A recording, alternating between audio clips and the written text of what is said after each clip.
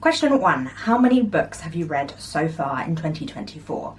So far this year I have read 12 books, which in previous years that would have been the amount I read in 1 month or maybe 6 weeks. So I'm definitely reading slower this year than normal. It is starting to pick up a bit more though, so because in January I only read 3, and then in February I read 4, and now it's the 24th of March and I've read 5 so far. So we are on an upward trajectory back to my normal habit of book reading. Question number 2 is, have you already found a book you think might be a 2024 favourite? If not, what was the best book I've read so far this year?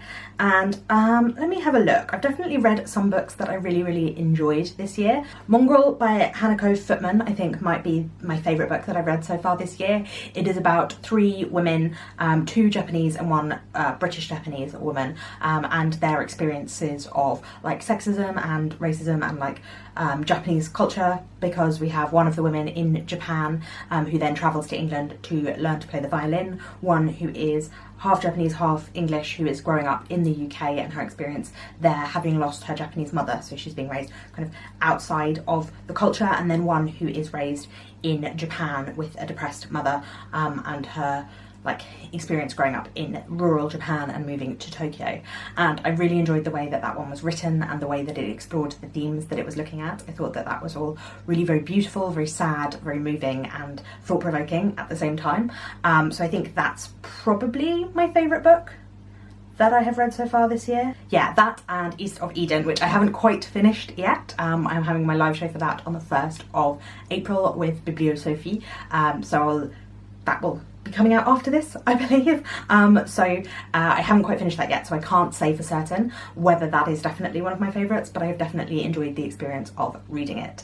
East of Eden is by John Steinbeck. It is known as one of the great American novels about 2 families in a valley in California in the early part of the 20th century, with a lot of like biblical references to both the fall from the Garden of Eden and also Cain and Abel, and it is really wonderfully written, like in a very simple style. That makes it very readable considering it's a classic, but also there is really atmosphere to it and really great characters. I think particularly what Steinbeck does well is character development. Question number 3 is, any 1-star books / least favourite book of the year? The first vlog that I did on this channel, which I will leave linked to the cards above, I read 3 books and 2 of them I didn't love. The one that I liked the least was The City of Stardust by Georgia Summers, which is a fantasy, standalone fantasy novel, and so outside my comfort zone that I probably could have told you I wouldn't like it, but I was looking to like branch into more plotty, page-turny, like fun reading, because I was having such a slump like in December. Like November, December, January, February have all been really slumpy for me, so I thought maybe stepping outside of my comfort zone would be a way to propel myself to read more, and to like find joy and pleasure in just reading, but that really the opposite happened with this book. It is about there's different worlds, and there's a girl who's living in this world who has the other world hidden from her, because the other world there is this powerful woman who wants to take her and kill her basically, but she becomes really enthralled with this world because obviously it's been kept from her. And I just thought like all the major plot points happened off the page. It was very convenient in terms of the ending and lacked any sort of sense of like peril, so there was no tension through it. The writing was very cheesy, and yeah, overall I just thought it was a very like poorly plotted, poorly character developed book. Like it would say all of these things about the character, but those things would be contradicted by the way the character acted. And yeah, I didn't think it was a great book, and unfortunately that was the first book I read this year, so it did set me off to a bad start. Question number 4 is your most read genre so far. I haven't actually had a look at this, but I will check on Storygraph. I do think that Storygraph is not always completely accurate, like it puts things in genres that I would not classify them as, but it says my most read genre is literary, which is the same every year. I've read 6 literary books so far this year, so half of the books that I have read, and The second most is LGBTQIA+, which, yeah, I have read some good queer fiction this year. Mongrel, that I mentioned, and Blessings also, which is about a young boy in Nigeria coming of age as a gay man, and he is discovered by his father when he's quite young and sent to a seminary school which is very, very strict, and then it follows him through his life, through to the point where being gay was made illegal in 2015 in Nigeria, I believe. And it's just a coming of age story, but really beautiful, poignant, sad, which I enjoyed. A book that surprised me is next. I don't know what book surprised me. Perhaps Horizontal Vertigo by Juan Villoro, which is a book about Mexico City. I recently have just got back from Mexico, which was a great trip, which is why I decided to read that book. And I have read a couple of like biographies of cities before, and I haven't always loved them, but I did enjoy this one. It was a mix of history and memoir and like geographical travel writing, kind of about Mexico and about the history of Mexico, but focusing specifically on Mexico City, as it was one of the biggest cities in the world, and it is weaves in his own personal memoir as well, and I found it quite like charming and funny and interesting, especially because I was in Mexico City at the time. I think that made it even more like work for me.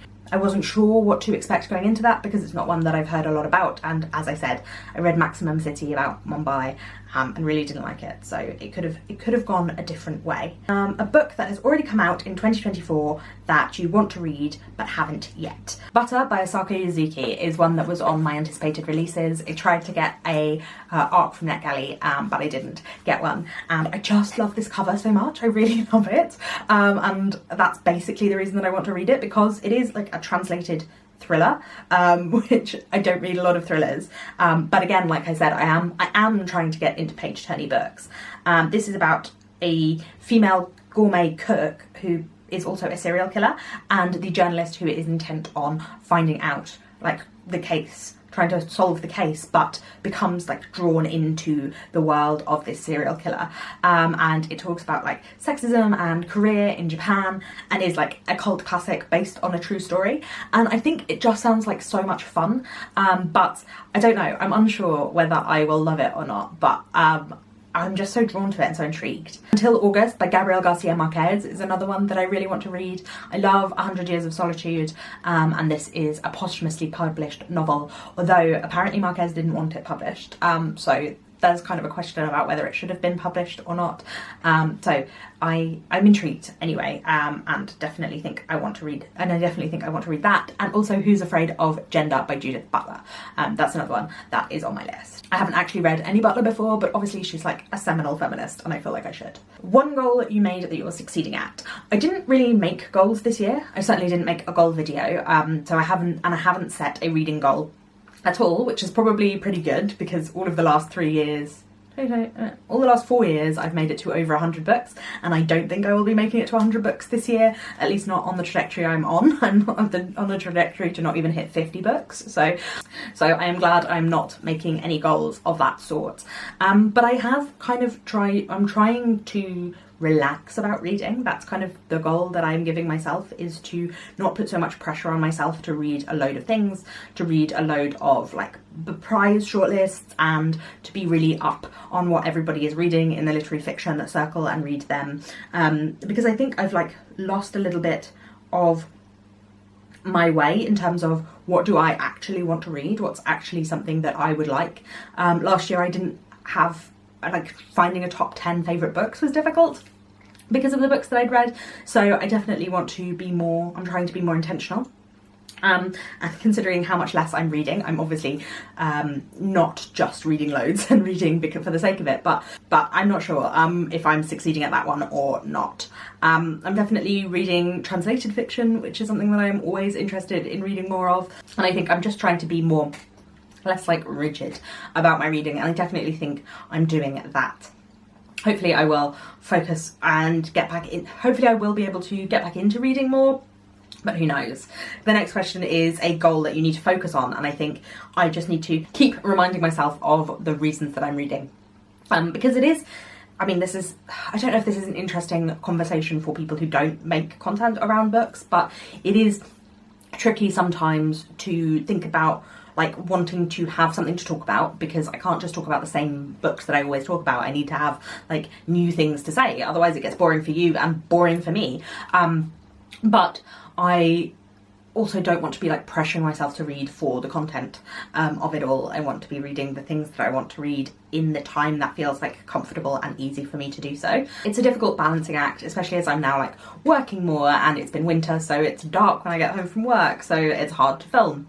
And I was going away for 3 weeks, so I had loads to prepare at work and things. So fitting reading in has become something of a concern for me, and I guess that's what I need to focus on, is finding periods to fit in reading that also bring joy and pleasure, and not stressing so much about what I am reading and how much I am reading, because reading 3 books in January definitely made me feel a bit like not myself, because it's like a third the amount of books I would normally read in that month. Sorry, I clearly have something in my throat, and it is not feeling great. But anyway, I don't know, I guess my goals are so amorphous that it's hard to discuss whether I am achieving them or not, but I'm just thinking about them. I'm just thinking about reading, and I think maybe I should start journaling about them, so I have some clearer thoughts to bring to you, because I also feel like bringing to you this sort of blob of feelings is not particularly interesting or helpful for anyone, because I know other people might be having these feelings, but me just being like blah, me just being like, here you go, have my feelings, rather than it's not constructive. So anyway, those are my thoughts generally about goals this year. And then the final question is new to you booktubers, bookstagrammers and booktokers for 2024 that you'd recommend. I did make a video fairly recently recommending booktubers, which I will leave linked in the cards above. I talked about Dolapo Adedokan is one that I've discovered fairly recently, who I enjoyed. Also Nikel's Nook, which I'm sure everybody has seen, because she came onto the scene with a bang. But she's such a sweetheart, and I have really enjoyed watching her videos as well. Even though we don't always read the same stuff, I think she's just so engaging. And I don't know who else.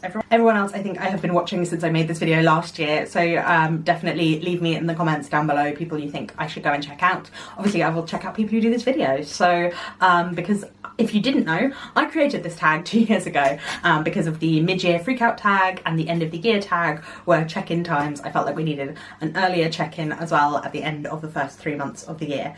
So that's why I made this, and I'm not going to tag anyone, but if you are interested in doing this video, I would highly encourage you to do so. I think it's so much fun, and it's also so much fun for me when other people do it and I can go and check out their videos. So I would appreciate it if you did, and do tag me in the description if you do. And obviously all of the questions will be in my description if you are looking to do it yourself. That is the end of the quarter year crisis tag. I hope you have enjoyed this video. Please do let me know any thoughts you have in the comments down below. My name's Roisin. If you are new here, that is how you pronounce that name, Roisin. So if you do make this, that is how you pronounce my channel name. I put out new videos every Tuesday and Friday, so I will be back again very soon. Thank you very much for watching. Bye bye.